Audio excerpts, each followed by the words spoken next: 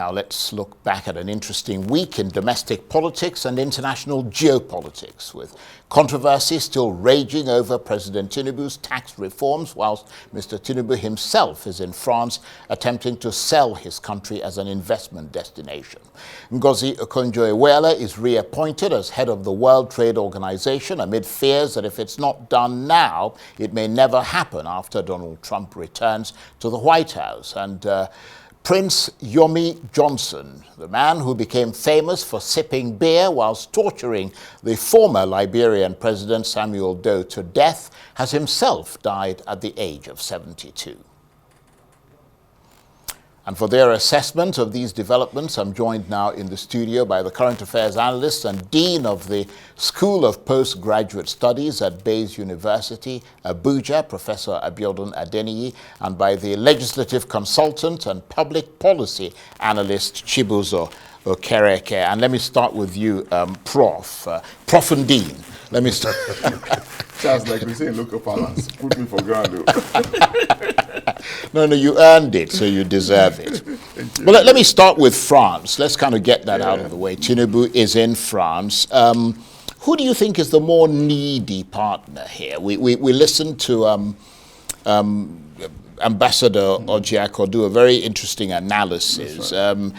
Is it Nigeria, which is on its knees economically and in terms of insecurity, or France with its tail between its legs, having been chased away from the Sahel?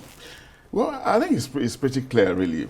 If you look at it, France is arguably or contestably the 7th strongest economic power in the world, and of course the 3rd strongest in Europe. You know, as a developed country, an illustrious country, rich in values. You know, they subscribe to the values of equality, liberty, fraternity, culture, style, tradition, etc., etc. And they are known for all this over the years, you know. So it's one of the world powers, whether we like it or not, yes. So extending their influence to Africa is just maybe a secondary interest, which all strong nations want, you know. So that wouldn't be a priority, really. That's not something that will bring them down if they lose it, you know. It's just an added advantage, you know, which they have lost or they are losing somewhere, somewhat, with their declining interest in the Sahel, you know. But again, it makes it very clear that we are just the unequal partner. It's going to be an unequal relationship, no matter how we want to look at it. So the fact that they've welcomed us is gratifying to some extent. If we can take advantage of it, however it's going to benefit us, like the ambassador said, whether in terms of portfolio investment, those ones can have some advantages, even though they are fleeting, you know, because at the level of equity, short-term investment, they're not necessarily longer lasting. But because of the state of our economy now, we need all kinds of investment. Indeed. So if our interest, the benefit we're going to get in the immediate circumstance is in that regard, that's also fine. But for the question of balance between the two powers, I think France is definitely going to have the advantage. Right. Okay, let me turn to the man we call the Red Cap Chief. From Prof and Dean to the Red Cap Chief. The great thing is that both of them are very good analysts, so we really cherish what they say. Yeah. But Chibuzo, good to see you again. It's been a wee while. But just coming off the back of Prof there, looking at the soft diplomacy of France, or what you might call the optics. I mean, they've been trying to schmooze and woo President Tinubu with tweets in pidgin English. I mean, performance of Afrobeat songs at a state dinner in his honor. President Macron constantly banging on about, you know, how he lived in Nigeria and is at home here as he is in Paris. I mean, you have to be impressed with the way they really are massaging the Nigerian president's ego. Yeah, absolutely. It is part of soft diplomacy, like you said. How much can we massage, you know, the ego of Nigerians? You have to speak in pidgin English, you know, do some Nigerian songs and what have you. But the issue is, what is the title of this particular engagement? It's actually the Choose France Summit. That is the title of this engagement. And then you can... That says it all, doesn't it? That says it all. So it's Choose France Summit. And that is what is important. And out of the 3 agreements that were signed, one is private sector led with the UBA chairman trying to open their businesses there. The other two are mere letters of intent. It is not the agreement itself. But of course, we enjoy the fanfare that for over a decade or two, we have not been able to have this kind of a relationship, state relationship with France. So for the optics and for soft diplomacy, we seem to have gained something. Of course, the president is a frequent visitor to the city of love, and he showcased that, with the. But what I really feel is that we should do more to have value for money in all these trips and investment proposals that we put out. For instance, the president advocated the need for investment in agriculture, in healthcare, in human capital development. We should begin to see the details of it. We all know about multilateral and bilateral agreements. Letters of intent are mere expression that we want to cooperate to do this. When we are going to do it, we have not determined that with this trip. Well, we're going to do it when you fixed your country and made it investor friendly, put electricity and all the rest of it. But let's not forget, Prof, that it was France that seized those 3 Nigerian presidential jets just in August, and amid that dispute with a Chinese firm and accusations, that France was helping that Chinese firm scam and undercut an African government. But I guess all that is forgotten now. And I think the point is being made, well, it's not the French government, it's the French court. Yeah, and I'm sure that it was probably seized in deference to the orders of an international court, which France subscribes to. So I think it's a conventional thing that they have to do, which they do compliant to standards. So we may not necessarily take it against France, But the point we should also make is not to forget that in all these diplomatic shuttles, there are some nuances, some subterranean factors that we should not necessarily undermine. That should be the focus, really. The subtext can sometimes be stronger, than what we are seeing in the external, in the overt sphere, as the case could be.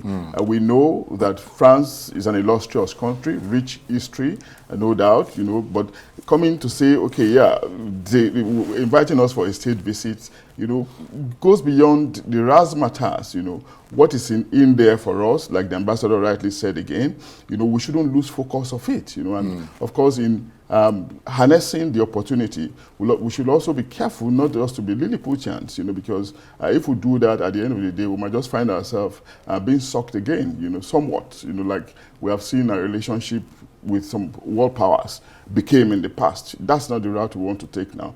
And it's also a call for us to be much more ingenious, much more inward looking, much more courageous, believing in our own potentials and not continuously externalizing our hope, because it has never paid us in the past, and I don't see it paying us, in the future, in the situation where stronger nations are becoming much more insular, believing more in themselves, as projected in the philosophies of Donald Trump. And I see more countries going in that direction. It's about time we begin to look inwards, engender patriotism, engender nationalism, and of course grow the concept of Nigerianness, not just in pronouncement, but in deeds and action. Indeed. Now let's turn to the tax reform bill. You are, of course, a legislative consultant, so, I mean, you follow quite closely what's going on in the National Assembly. It has now passed the second reading at the Senate, so it's moving ahead in spite of opposition to it, isn't it?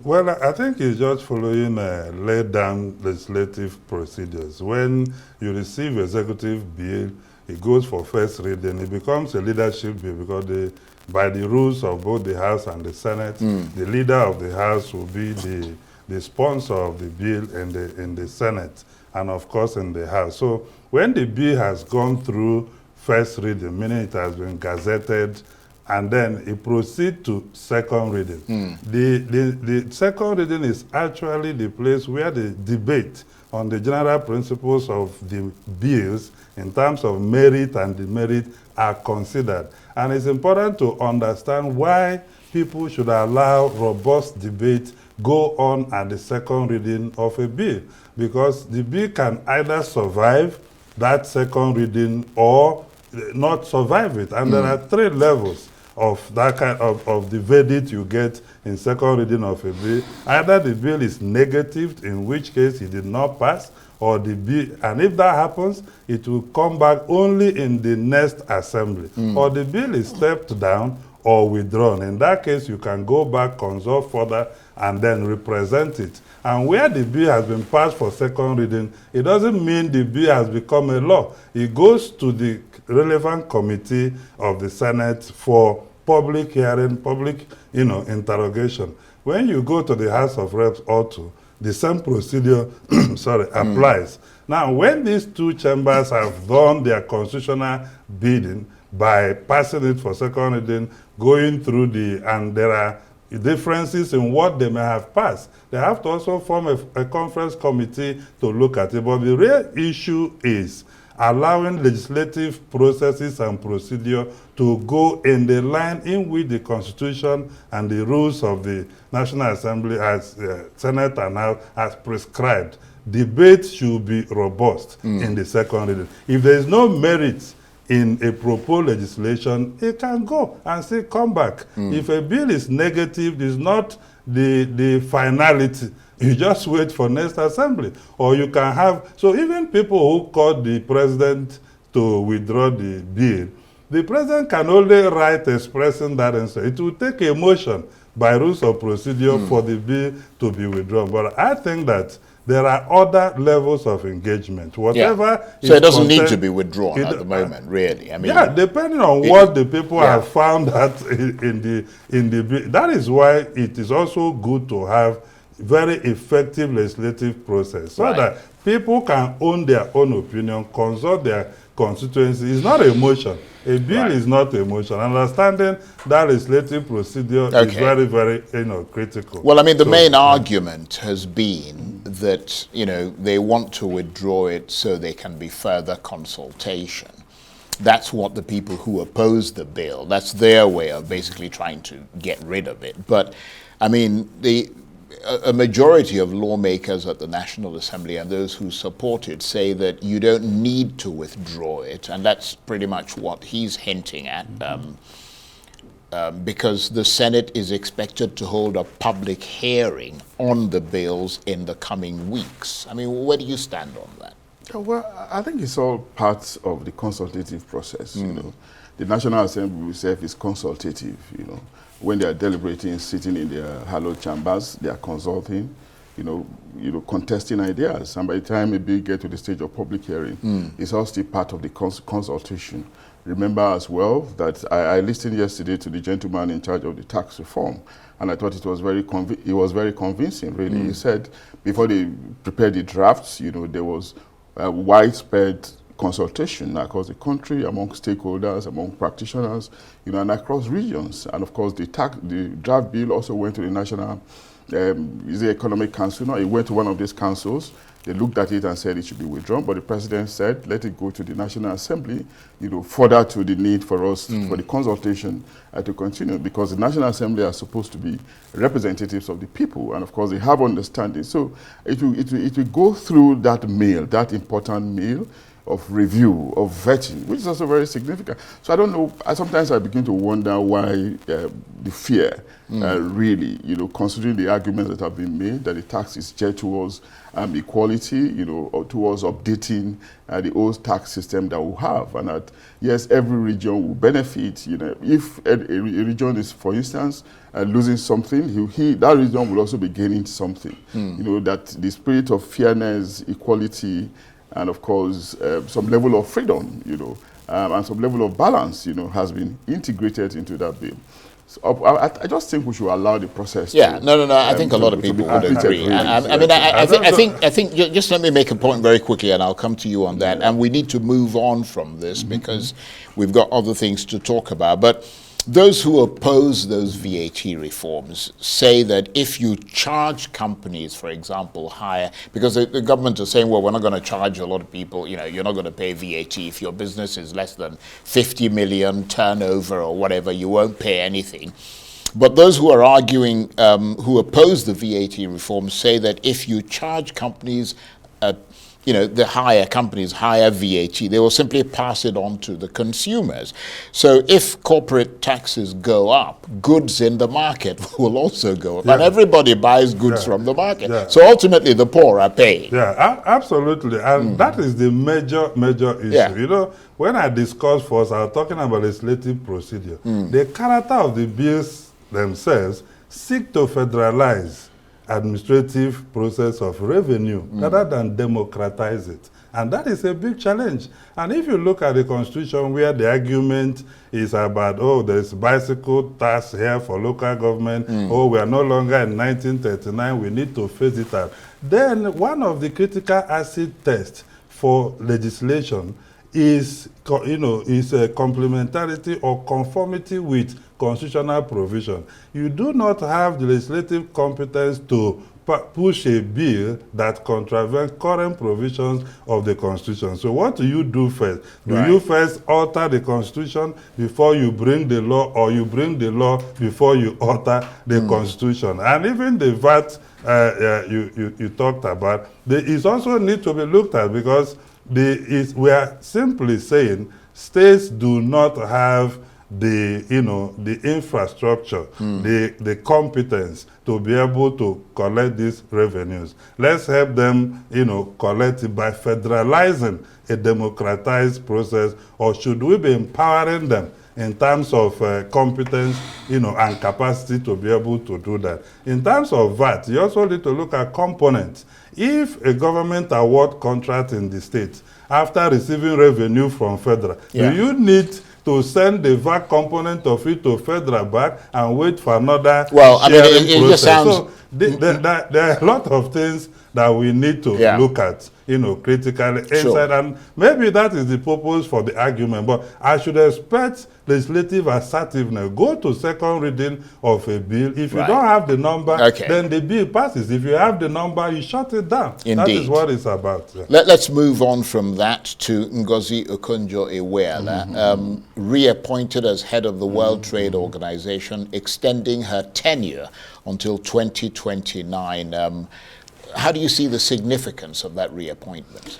Oh, well, that's another monumental achievement, not just for Dr. Ngozi Okonjo-Iweala, but for Nigeria and Africa at large, and even for the black race, She's been an exemplar, an epitome of success, and of course a clinical example of the effectivity of a gender that is somewhat challenged, we remember what happened 4 years ago when she wanted to be at the helms of WHO, what she went through in the hand of the United States of America when Donald Trump was initially in charge, And of course, luckily we had Biden assuming office and clearing the way for her. This time around, where she didn't go through all that, very gratifying for us. Well, they had to convene a special meeting to do it before he comes in. I think we should just thank Providence for her feats. And yes, it's an individual achievement, but beyond that, it's also a national, a continental, and of course a global achievement for the fact that she's representing the black race very well. So congratulations to her, congratulations to Nigerians, and of course we look forward to her eventually retiring and becoming, a repository sort of knowledge, which could be helpful in the future regarding knowledge transfer and probably helpful to development. Well, let's keep this very brief because we've got one more topic and we've got less than 5 minutes, so we do need to gallop ahead. I mean, her reappointment comes at a critical time for global trade. The US President-elect Donald Trump threatening to impose new tariffs on China, Mexico, and Canada. Well, yeah, she said in her speech that she's pushing a forward-looking trade rules that has ingredient of equality, equity, and progressiveness. So I want to join other women in Nigerians and the world to also congratulate her because she was praised. This is more like a miraculous appointment because she's going to be taking over in September 2025. So I think this is one of the best that we have had. But locally too, we have to look at how we begin to tap into this position. Like they said, politically, no more fear of a second Yeah, but there's not much you can do about election. it. We've got our trade office she's for simply a negotiation. regulator. Right. A trade office for negotiation here, which does not have legal framework, is still a program of government. Well, we have to make sure that we get our house in order to benefit from it. Continental Free Trade Agreement to also push our... Well, let's move on to Yomi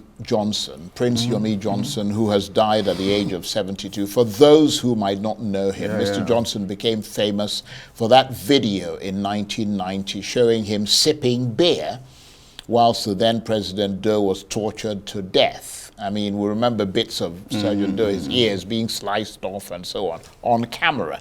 Now, Prince Yomi Johnson himself is dead at the age of 72. Your relatively, he has died a young person. 72 is just relatively young. In today's world, it is young. Yeah, in today's world, even though the biblical age is 70, But again, may so rest in peace, but I don't know how we want to remember him.